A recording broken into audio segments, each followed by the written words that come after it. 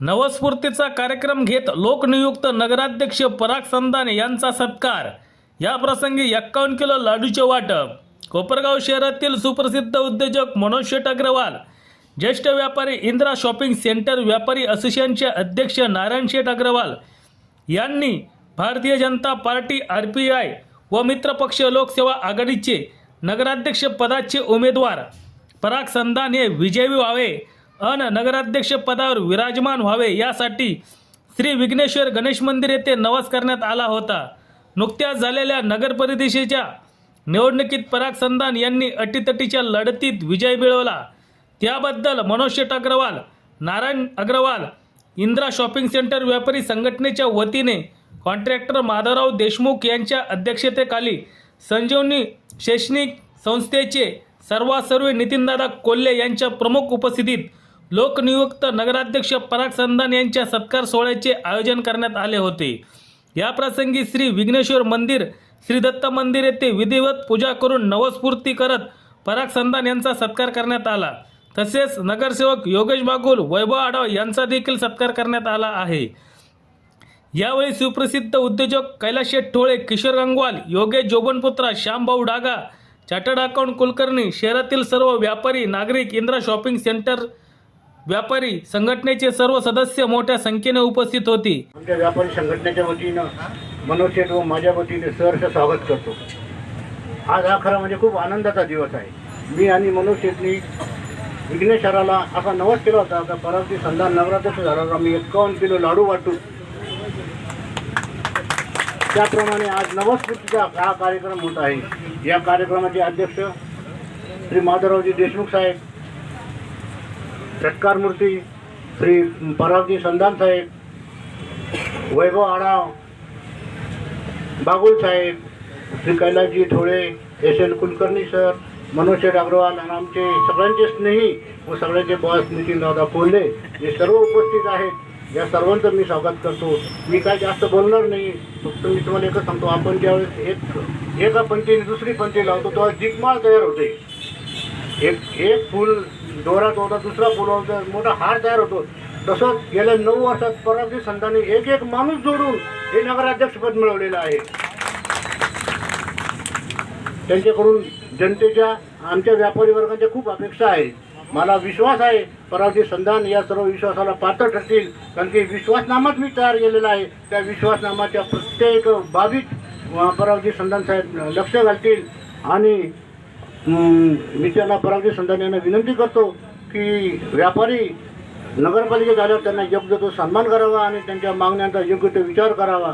धन्यवाद। इंदिरा शॉपिंग सेंटरच्या वतीने आमचे नारायण शेठ अग्रवाल यांच्या उत्कृष्ट प्रयत्नाने आज हा शॉपिंग सेंटरचा सत्कार होत आहे। परागजी संधान हे तसे तरुण आहेत, यांना भरपूर पिरियड आहे काम करायचं। आपण काही करायचं काही कारण नाही। शॉपिंग सेंटरच्या वतीने आम्हाला तुमच्याकडे काही मागण्या करायच्या नाही।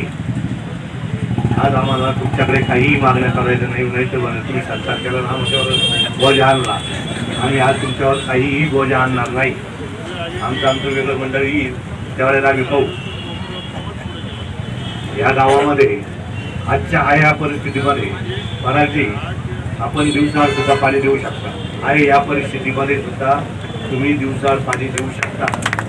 तुम्हाला काही प्रॉब्लेम असेल तर शिवसहित मी नगरपालिकेत यायला तयार आहे। तुम्हाला त्याप्रमाणे गाईडलाईन करून द्यायला तयार आहे। लोकांचा मेन प्रश्न झाला की दादा म्हणते लोकांना चांगलं पाणी द्या, तुम्हाला लोक डोक्यावर बोलणार नाही। तर आज जे दवाखाने भरलेले आहे त्याचं एकमेव कारण काय आहे? पाणी। सगळे जे आजार, मेन आजार जे होत आहेत ते पाण्यामुळे होतात। आणि दुसरी गोष्ट कोपरगावचं नाव धुळगाव झालेलं आहे। मेहरबानी करा, तुम्ही आता स्वच्छता चालू केलेली आहे, परंतु त्याच्यासाठी मशिनरी विकत घ्या। हे नुसतं झाडून झुडून काही उपयोग नाही। तसं शिर्डी नगर पंचायतीने मशिनरी विकत घेतलेली आणि ती धूळचक करून घेतलेली। शिर्डी नगर पंचायतने मशिनरी घेतलेली, टोटल धूळचक केली जाते। तुम्ही मशिनरी विकत घ्या आणि त्यासाठी तुम्हाला पैसे जर कमी पडत असतील, आमच्यासारखे लोक पैसे देतील, तुम्ही जोडी घेऊन मागे लागा आमच्या, आम्ही पैसे द्यायला तयार आहे, तुम्हाला वाटेल ते सहकार्य करायला तयार आहे. या दोन गोष्टी जर तुम्ही केल्या, पाणी आणि धूळ, ही जर कोपरगावची कमी केली तर तो निश्चित दवाखान्याचा खर्च कमी होईल.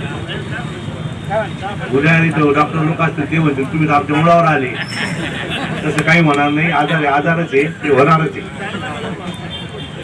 आमच्या शॉपिंग सेंटरचा काही प्रॉब्लेम नाही आहे, आमचं चाललंय, बरं चाललंय. नारायण शेठ आहे आमचे अध्यक्ष आहे, ते तळतळ करत असतात, आम्ही त्यांना शांत करत असतो, चालते हो, बाकी काही नाही. तुम्हाला सुयश देतो आणि चांगला कारभार करा. बऱ्याच वर्षाने तुम्हाला 9-10 वर्षाने 2 वेळा ट्राय करावा लागला, तिसऱ्या वेळेस तुम्हाला यश आलेलं आहे. त्या यशाचं सोनं करा. बाकी दुसरं काही तुम्हाला अडचण काय असेल तुम्ही या, चर्चा करा, नाही तर आम्हाला बोलवा, आम्ही कधी तयार आहोत. आम्ही सिनियर लोकांना आम्हाला काही उद्योग नाही आता, तुम्ही कधी जरी बोलवलं तरी आम्ही तयार आहे. तुम्ही रात्री 12 वाजता जरी आलं तर आम्ही उठू लगेच. साहेब, आजच्या या सत्काराचे कार्यक्रमाचे अध्यक्ष, आपले सर्वांचे मार्गदर्शक देशमुख साहेब, आजच्या या कार्यक्रमाचे सत्कार मूर्ती आणि कोपरगाव शहराचे प्रथम नागरिक आमचे मित्र परागजी संधान साहेब, त्याचप्रमाणे प्रसिद्ध उद्योजक कैलास डोळे कुलकर्णी साहेब, त्याचप्रमाणे ज्यांनी या कार्यक्रमाचं आयोजन केलं ते आमचे मार्गदर्शक आणि खऱ्या अर्थानं आपल्या या कोपरगाव शहराचा जो विश्वासनामा आहे ज्यांच्या मार्गदर्शनाखाली तयार झाला ते नारायण शेठ अग्रवाल, त्याचप्रमाणे आमचे मोठे बंधू समान श्रीयुत मनोज शेठ अग्रवाल, या सर्वांचं मी खरोखर मनापासून आभार मानतो. आज या ठिकाणी आमचा जो सत्कार झाला तो सत्कार आमचा नसून कोपरगाव शहरातील नागरिकांनी आमच्यावर जो विश्वास टाकलेला आहे त्या नागरिकांचा सत्कार आहे असं मी समजतो. मी संधान साहेबांच्या वतीने आपल्याला आश्वासित करू शकतो की आपण जो विश्वास टाकलेला आहे, खरं तर आपल्या या व्यापाऱ्यांची गर्दी बघून मला निश्चित जाणवलेलं आहे की खरा व्यापारी महासंघ आमच्या समोर बसलेला आहे. कारण व्यापाऱ्यांना व्यापार करताना कोपरगाव शहराची काळजी आहे, त्या काळजीच्या रूपानं त्यांनी आम्हाला भरघोस मताने निश्चय केलेला आहे. आणि मी हे नक्की सांगतो, विश्वासनाम्यामध्ये जे जे आपले उल्लेख केलेले आहेत त्या प्रत्येक गोष्टीला आम्ही समर्पकपणे सामोरं जाणार आणि येत्या आमच्या कारकिर्दीमध्ये कोपरगाव शहराचा विकास झाल्याशिवाय राहणार नाही हे मी तुम्हाला आजच्या या कार्यक्रमाच्या निमित्ताने सांगतो. आमचे मार्गदर्शक या शहरासाठी ज्यांनी समर्पित केलं ते विवेक भैया कोल्हे असतील, आदरणीय बिपिनदादा असतील किंवा आमदार स्नेहलताताई कोल्हे असतील, यांनी जे आमच्यावर विश्वास टाकून कोपरगाव शहराची जबाबदारी दिलेली आहे. माझी सर्व कोपरगाव जनतेतील सर्व नागरिकांना, सर्व सन्माननीय प्रतिनिधींना विनंती आहे की आम्ही जे विकास कामं करणार आहोत त्यामध्ये आपलं सर्वांचं आम्हाला सहभाग असणं गरजेचं आहे. कारण आपल्या सहभागाशिवाय विकास होणं शक्य नाही. पुन्हा एकदा मी तुम्हाला खात्री देतो, येणाऱ्या 5 वर्षामध्ये आपल्या कोपरगाव शहराचा विकास जसं येवला असेल, संगमनेर असेल या धर्तीवर होणार हे मी तुम्हाला ग्वाही देतो आणि माझे 2 शब्द संपवतो. जय हिंद, जय महाराष्ट्र. काम चालू आहे, आपण बघितलं असेल गुड स्टेशनचं. आता कम्प्लीट असं एवढंच जर बघितलं तर कंटिन्युअस एकामागे 5 रेक्स कोपरगावला येत आहेत. म्हणजे फुल फ्लेश कोपरगावचं गुड स्टेशन झालेलं आहे. त्यामुळे आता रेक्सचं मुवमेंट जे आहे त्याच्यामुळे आता बऱ्याचशा ट्रक ओनर्सना इथं धंदा मिळणार आहे. तोही आपल्याला धंदा वाढण्यासारखं आहे. स्टेशनमध्ये जे काही डेव्हलपमेंट व्हायच्या होत्या ते 27 कोटी रुपये इन्व्हेस्ट करून स्टेशनच्या सगळ्या डेव्हलपमेंट आता जवळजवळ पुऱ्या होत आलेल्या आहेत. आणि मला सांगायला फार आनंद वाटतो की 2 मनमाड सेक्शनला कोपरगाव हे बिझिएस्ट स्टेशन आहे. म्हणजे पॅसेंजर उतरणारे आणि पॅसेंजर चढणारे हे या सेक्शनला मॅक्सिमम आहे.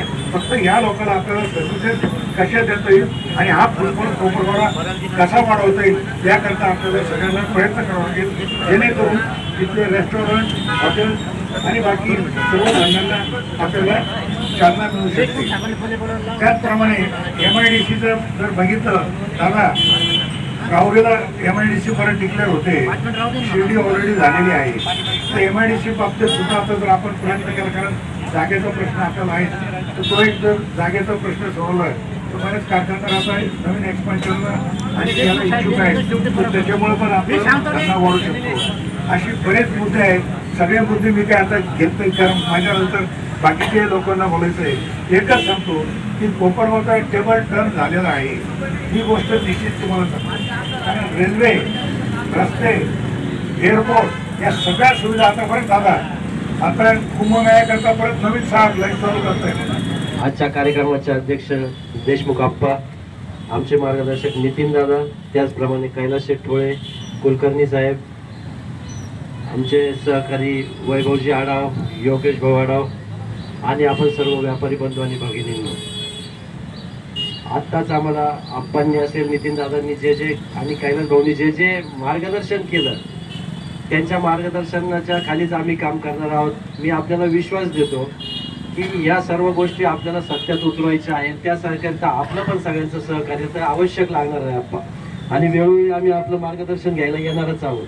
आत्ता जे पहिला प्रश्न धुळीचा आहे, तर धुळीचं काम चालू केलेलं आहे, स्वच्छता चालू केली आहे. मशिनरी घेण्याकरता 2020ला कॉन्ट्रॅक्टरचं ॲग्रीमेंट संपलेलं आहे. आपण आधी टेंडर काढावं लागणार आहे त्याला. 2020ला कॉन्ट्रॅक्ट संपलं आहे, ते काम तसंच चालू होतं. म्हणून आहे त्या परिस्थितीत आता आपण स्वच्छता करतो आहे.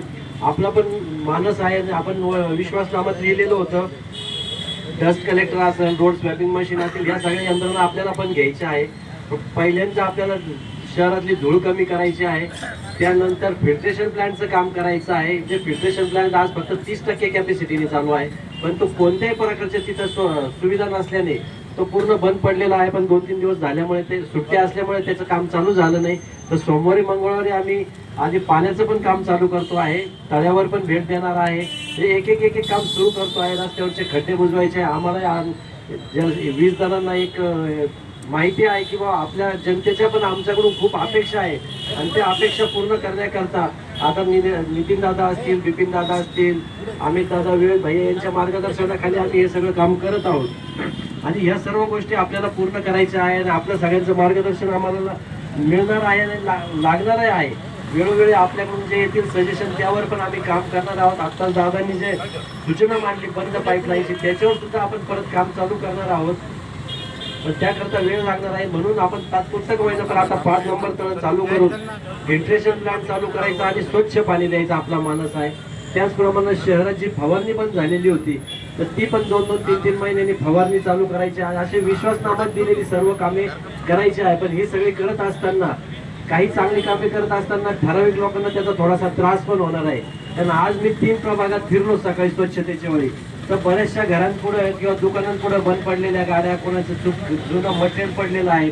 आता आम्ही त्या सगळ्यांना निवेदन करतो आहे, विनंती करतो आहे की ज्यांनी त्यांनी ते मटेरियल उचलून घ्यावं, किंवा ठराविक पिरियडमध्ये नाही उचललं तर ते नगरपालिकेमार्फत आम्ही उचलून ते घेऊन जाणार आहोत. त्याचप्रमाणे जे नवीन कामं चालू आहेत, घरांची किंवा दुकानांची कॉम्प्लेक्सची कामं झाल्यानंतर लोक ते जो राडा असतो किंवा माती, डस्ट आणि डबर ते सगळं तिथंच सोडून जातात. मी सर्व नागरिकांनाही एक विनंती करतो की आपल्या घराची कामे किंवा इतर कामं चालू असताना आपण जे मटेरियल आणून टाकलेलं आहे ते स्वतःच्या खर्चाने आपण उचलून न्यावं. अन्यथा ते नगरपालिकेच्या खर्चाने उचललं तर तो पण बोजा आपल्याच नावावर पडणार आहे. म्हणून मी ती पण विनंती करतो आणि आपल्या सगळ्यांना एक आश्वासित करतो की आदरणीय विवेक भैयांच्या मार्गदर्शनाखाली, त्यांच्या विजनमधून आम्ही जो विश्वासनामा दिलेला आहे, जो आमच्या नारायण शेठ अग्रवालांनी तयार केलेला आहे, त्यातली सगळी कामे आम्ही पूर्ण करणार आहोत. त्यातली काही कामे 100 दिवसात 100 कामे जी लिहिली आहे त्याचं कामकाज आम्ही सुरुवात केलेली आहे आणि उर्वरित कामे करायची आहेत. त्याचप्रमाणे 2027ला जो सिंहस्थ येतोय, त्या सिंहस्थामध्ये सुद्धा आपल्याला नदीच्या कडेने रिटेनिंग वॉल असेल, वॉकिंग ट्रॅक असेल, जॉगिंग ट्रॅक असेल, शहरातले ओपन स्पेस डेव्हलप करायचे आहे. त्याकरता आपण ज्या शहरातल्या सामाजिक संस्था आहेत, रोटरी असेल, लायन्स असेल किंवा इतर व्यापारी महासंघ असेल, यांच्या मार्फत सुद्धा आपण ते ओपन स्पेस डेव्हलप करणार आहोत.